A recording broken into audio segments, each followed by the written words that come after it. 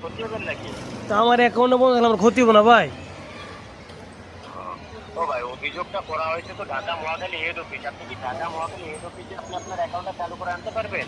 নাকি আমি বিকাশ হেড অফিসে বলে দিব আপনার অ্যাকাউন্টটা চালু করে দেওয়ার জন্য? আপনি বলে দেন একটু চালু করে দেওয়ার কারণ ভুলটা তো আপনি আমার জন্য আমাদের ছিলাম, আমি তো জানি না। ও, আচ্ছা ভাই ঠিক আছে, আমি বলে দিচ্ছি। বলে দিলে স্যার বা ম্যাম কল করে আপনার অ্যাকাউন্টটা চালু করে দিবেন, বুঝছেন? হ্যাঁ হ্যাঁ, আপনি বুঝতে পেরেছি। ফোনটা বেশ ফোনটা কাছে রাখেন, বুঝছেন? স্যার হ্যাঁ বা আচ্ছা। ম্যাম কল করে আপনার অ্যাকাউন্টটা চালু করে দিবেন। এখানে ভাই আরেকটি কথা, হ্যাঁ বলেন। আমার টাকা পয়সা আপনার কোনো টাকা পয়সা ছিল নাকি আপনাদের বিকাশ আবার?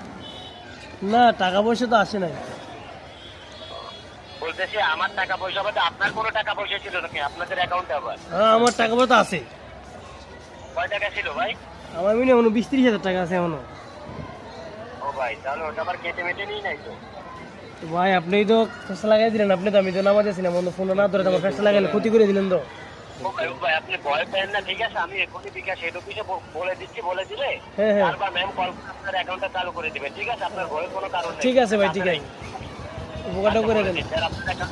আচ্ছা ভাই, আর আপনার অ্যাকাউন্টটা চালু হলে আমাকে একটা মিস কল করে জানিয়ে দিন, ঠিক আছে? ওকে ওকে, ঠিক আছে ভাই। আচ্ছা ওকে, আল্লাহ হাফেজ।